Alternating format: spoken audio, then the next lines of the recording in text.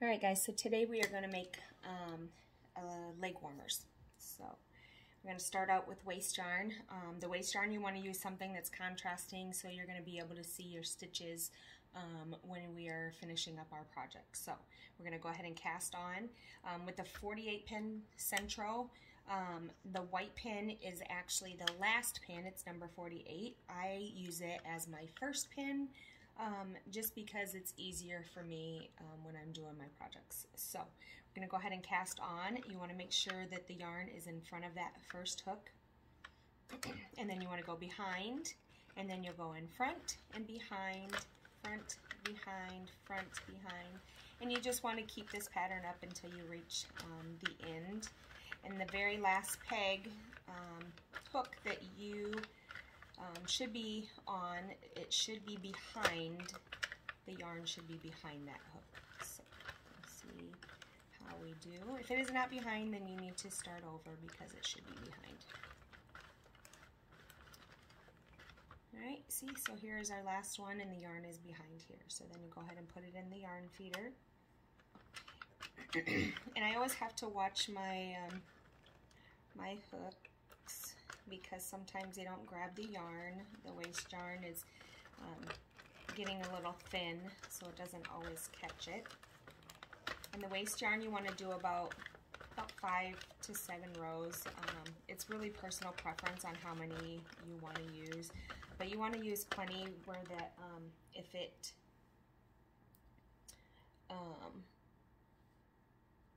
if you don't have enough rows, then you can lose stitches. So you want to make sure you have enough rows of the waist yarn where if it does start to come undone, then you still have a little cushion. So I'm going to go ahead and finish my rows of waist yarn, and I will be back to start the project. Okay, so we have come to the end of our waist yarn. So now we have our working yarn. Whatever color you choose to use for your leg warmers, I'm going to do black. So the leg warmers are actually pretty simple. It's just 200 rows of whatever colors you choose. And then we'll close them up at the end and I can show you how to do that. So just go ahead and put your yarn in the yarn feeder. And I usually do a couple of these, and then I will take the tails and I will kind of loosely tie them together. It just kind of helps keep them together till you get to the end of your project where you're putting them together. So I am going to go ahead and reset my counters. Now the 48 pin does come with a counter, but I feel like the rows sometimes get messed up or they don't turn correctly.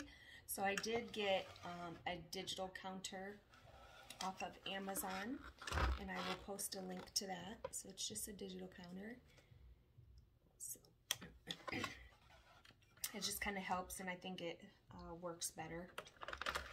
So, and I just kind of watch as I'm doing the first couple rows because it does slip easily for some reason when you're changing colors. And I messed up my Sentro a while back using the drill, so I no longer use the drill. I hand crank everything, and I feel like hand cranking everything gives me a chance to see if there's going to be any slip stitches, and then that way I can catch them right away and it's not as hard to fix.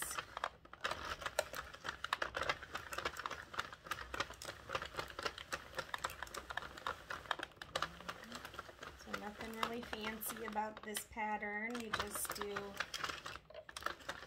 200 rows. So I'm going to go ahead and get my 200 rows done, and I will be back when I'm finished. Okay, so just to show you what happens sometimes, you see this, can you see that? You see that part right there did not go under the hook like it was supposed to.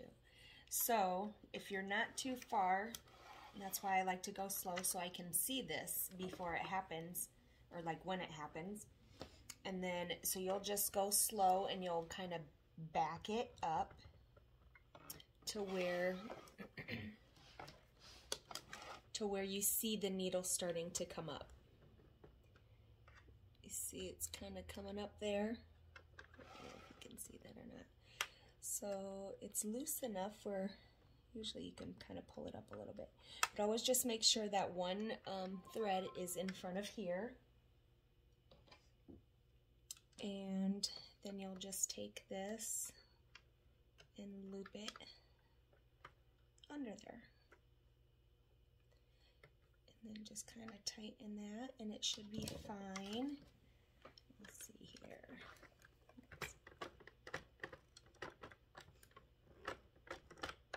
Yep, and then all the other ones are just fine. So then you can just kind of continue with your work.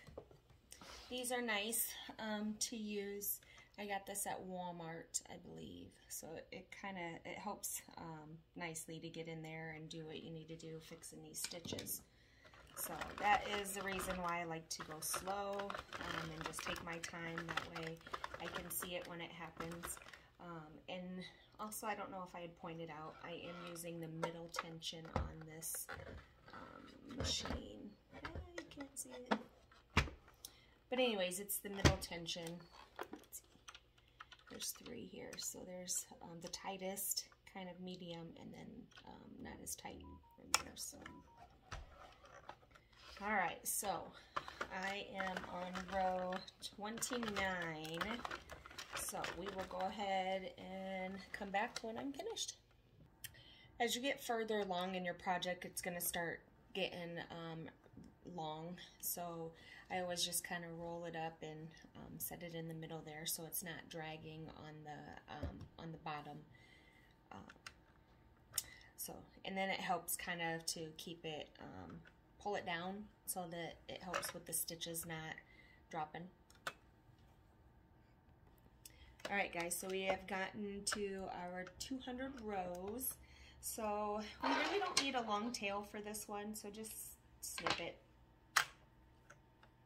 And then we want to add our waste yarn. So again, you just want to use a contrasting color where it's going to be easier to see when you're doing the stitches. So I do a couple, and then I will loosely tie this to keep it together. And then you'll just do 5 to 7 rows, however many rows you would like to do for your waste yarn.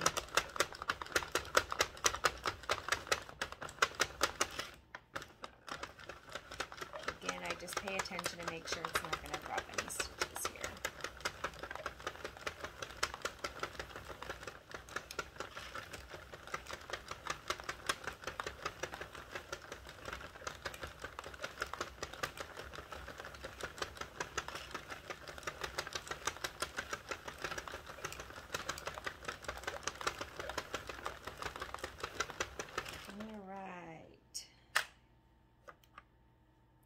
So then you just go ahead and crank it a couple times around, and then it should just start to fall off, like so. Alright, so then since we bunched it up, we kind of got to unravel it some.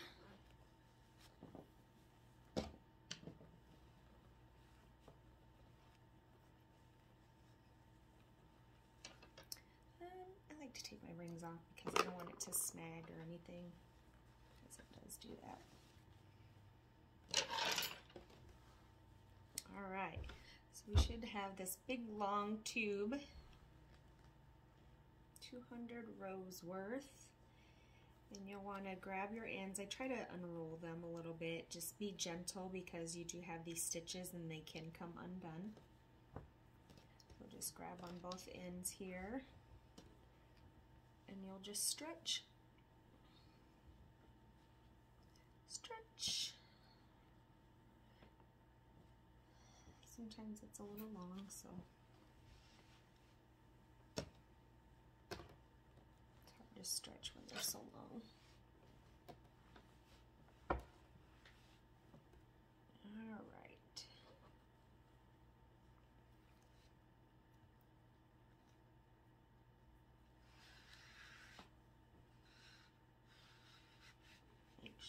it's all stretched there. All right. So then what we're going to do is you want to take one end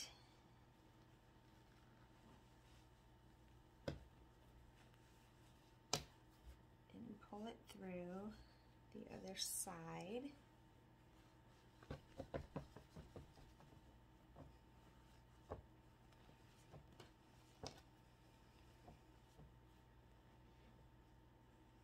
Kind of like how you would do a hat if you were doing a hat, but of course you don't pull the ends tight like you do on a hat.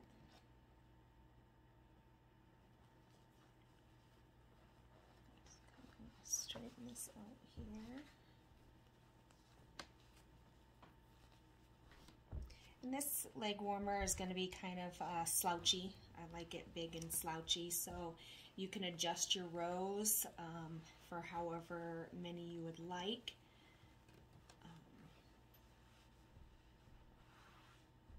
Some people have a longer shin than others and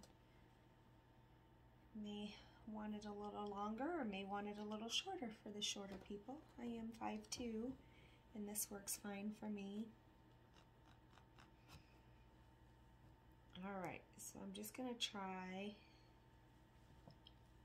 Now once you have it kind of straightened out, I do try to line up where the ends are.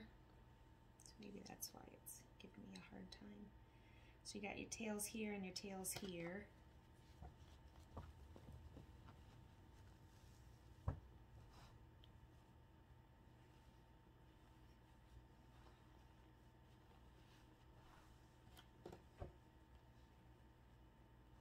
All right.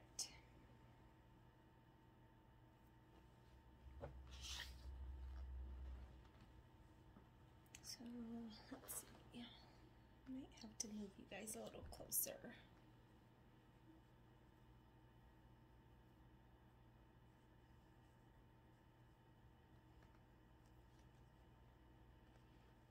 All right. So you'll see where your tails are on both ends. Here's your tails here, and here's your tails here. So the reason for the waist yarn is so you can see your stitches, and these are going to be your stitches. So you usually want to try and like match the stitches with the sides here. So I'm going to go ahead and get started right here. So you'll see, here's the tail, here's where the first one starts. And then here's this tail, so then this is the one that we will use to start. Most of the Sentro machines are going to come with your crochet hook. It looks kind of like the machine, it's that pinky color. But I am a crocheter, so I have an aluminum one that I use. It doesn't matter the size, the one that comes with your machine will work just fine. This is a size G6, 4.25 millimeters. Alright, so I go ahead and you just want to go with your first stitch. So your first stitch is going to be this one right here. And then you'll just do a slip stitch all the way around. So you go into your one on the opposite side, slip stitch, slip stitch,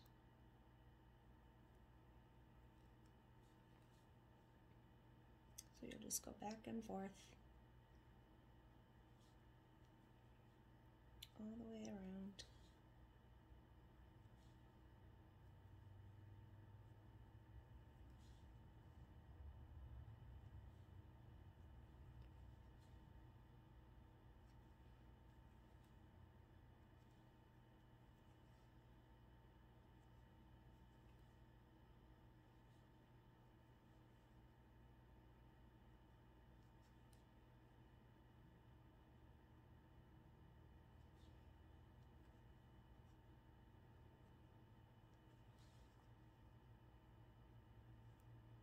Okay, and so you'll just go all the way around, but this is what that looks like.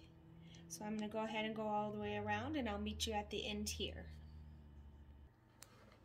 Alright, so I just wanted to show you See, my waist yarn started to come unraveled, so one of the stitches was dropped, but I was able to catch it, and once I saw it, I stuck my threading needle in there. I'm just trying to move this out of the way here.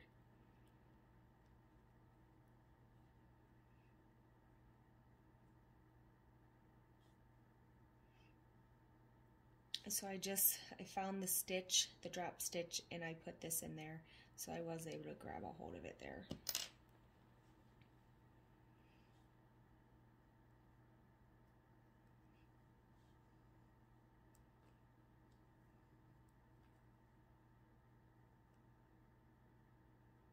And then this is the last tail that we need.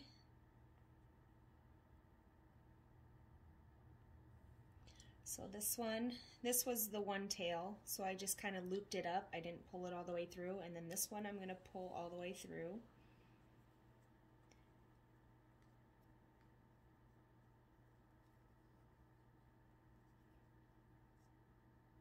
Okay, so you just give that a little tug there, and then I just tie a little knot. Okay, and then you can go ahead and remove your waist yarn.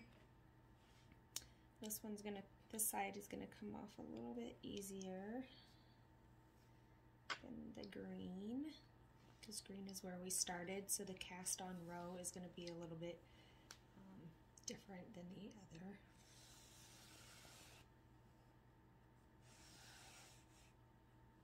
Okay. So then with your cast on row, you find the end right here. Cast on row, you want to roll this all the way up, and that very top one you want to pull. Okay, you want to do that around the whole top.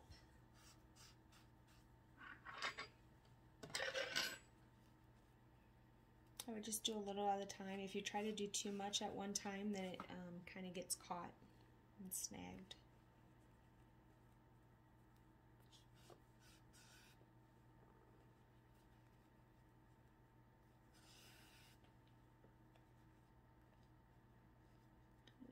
Kind of see where you need to finish at. All right, and you should be able to just take that off.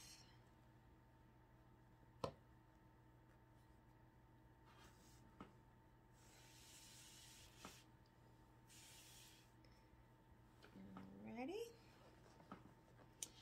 Make sure I did get that stitch there.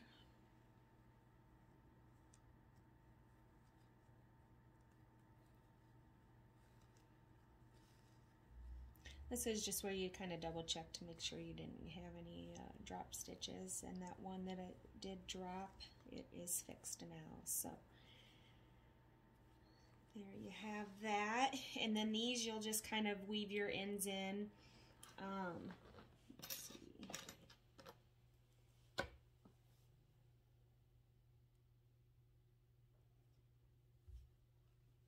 Really doesn't matter where you put them. Try and get it like on the inside, because it is double layered, so you can get it on the inside. Usually I try to do mine right underneath the top where you did your stitches at, your slip stitches,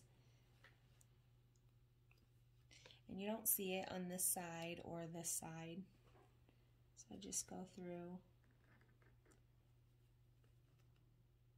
a decent amount of length. Just pull it through. Okay, so there's that one. Just cut that off. And then you'll just do the same with the other one.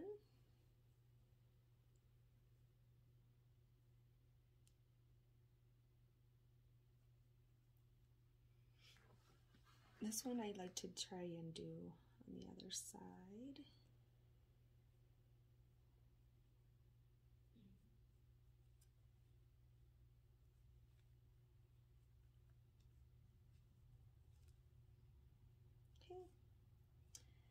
And then there's that one, and then you'll just snip that off.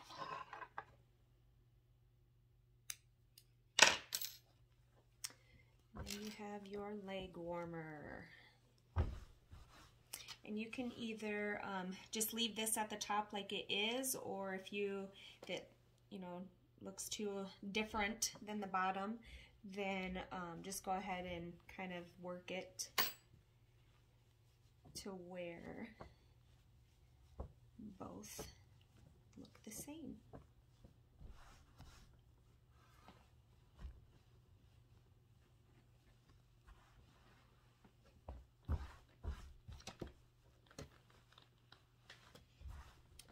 Alright, and then you just put it on, and it's kind of slouchy and it keeps you nice and warm.